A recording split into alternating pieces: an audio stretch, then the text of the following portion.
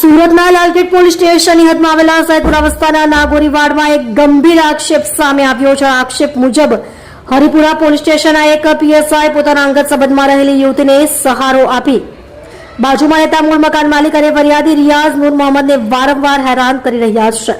માહિતી મુજબ આ યુવતી દ્વારા વારંવાર 112 અને 181 હેલ્પલાઇન પર કોલ કરીને ખોટી ફરિયાદો નોંધાવવામાં આવે છે, જેના આધારે પોલીસ દ્વારા ફરિયાદીને સતત ત્રાસ આપવામાં આવી રહ્યો છે.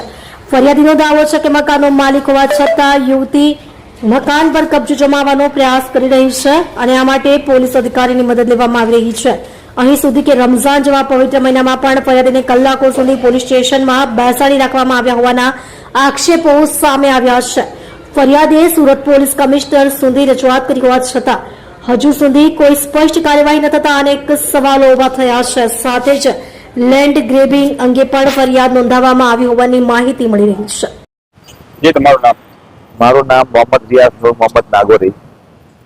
શું ઘટના બની છે તમારી સાથે? ઘટના એ બની છે કે અમારી મિલકતના અંદર છે ને આજે 40 વર્ષથી કબજો જમાવીને બેઠા છે અને એ એકલા હતા અને અત્યારે એની છોકરી ડિવોર્સ લઈને આવી છે, 2 છોકરાઓને લઈને, અને એ જબરજસ્તી અમારા મકાનમાં કબજો કરવા માંગે છે ને એ 2 બચ્ચાને ત્યાં મોટા કરવા માંગે છે ને અત્યારે વારંવાર પોલીસની ધમકી આપ્યા કરે છે અમને કે આ સાહેબને બોલાવીશ ને વારવાર બોલાવે જ પણ એ 10 મિનિટમાં પોલીસ વાળાને બોલાવી લે છે. કયા વિસ્તારની ઘટના છે? અને આ પોલીસ સ્ટેશન આપણે લાગે લાલગેટ પોલીસ સ્ટેશન અને અમારું લાગે સૈયદપુરા નાગોરીવાડમાં રહેવાનું. તો પોલીસ ચોકીના અધિકારીની અંદર સંડોવણી સામે આવી રહી છે. શું નામ છે અધિકારીનું?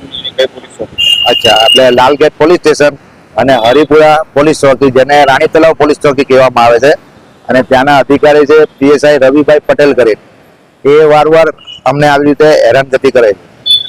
રમજાન મહિનામાં પણ તમારી સાથે એ લોકોએ કલાકો સુધી બેસાડી? હા, રમજાન મહિનામાં 8 કલાક સુધી બેસાડી રાખેલા અમને, અને રોજો ખોલવા પણ નહીં જવા દે અને નમાઝ પઢવા પણ નહીં જવા દે.